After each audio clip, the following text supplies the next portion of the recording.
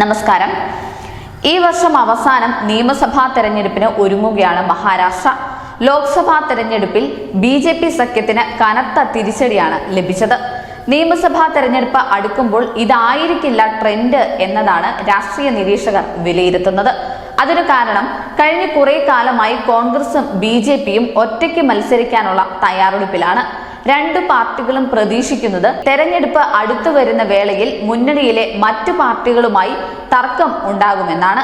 അതിനിടയിൽ എല്ലാ പാർട്ടികളെയും ഞെട്ടിച്ചുകൊണ്ട് പാർട്ടികൾക്ക് സഹായകരമായി നിൽക്കുന്ന ചെറു പാർട്ടികളും സംഘടനകളും ചേർന്ന് മൂന്നാം മുന്നണി രൂപീകരിക്കാൻ ഒരുങ്ങുന്നു എന്ന വാർത്തയാണ്. മറാത്ത സംവരണം, കരിമ്പ് കർഷകരുടെ പ്രശ്നങ്ങൾ എന്നിവയെല്ലാം മുൻനിർത്തിയാണ് സംഘടനകളും ചെറു പാർട്ടികളും മൂന്നാം മുന്നണി രൂപീകരിക്കുന്നത്.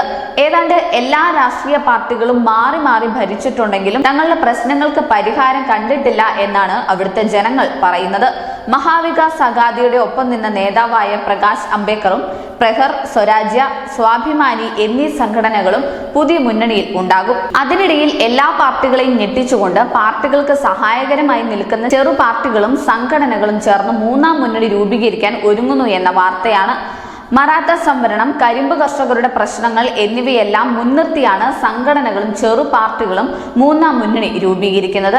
ഏതാണ്ട് എല്ലാ രാഷ്ട്രീയ പാർട്ടികളും മാറി മാറി ഭരിച്ചിട്ടുണ്ടെങ്കിലും തങ്ങളുടെ പ്രശ്നങ്ങൾക്ക് പരിഹാരം കണ്ടിട്ടില്ല എന്നാണ് അവിടുത്തെ ജനങ്ങൾ പറയുന്നത്. മഹാവികാസ് അഘാദിയുടെ ഒപ്പം നിന്ന നേതാവായ പ്രകാശ് അംബേദ്കറും പ്രഹർ, സ്വരാജ്യ, സ്വാഭിമാനി എന്നീ സംഘടനകളും പുതിയ മുന്നണിയിൽ ഉണ്ടാകും. അവിടെ ഈ പുതിയ മുന്നണിക്ക് വമ്പൻ പാർട്ടിയുടെ ജയപരാജയം നിർവചിക്കാൻ കഴിയും. ഇത് തന്നെയാണ് കോൺഗ്രസിനെയും BJPയെയും അടക്കം മറ്റു പാർട്ടികളെയും ചിന്തിപ്പിക്കുന്നത്. News desk, news India Malayalam.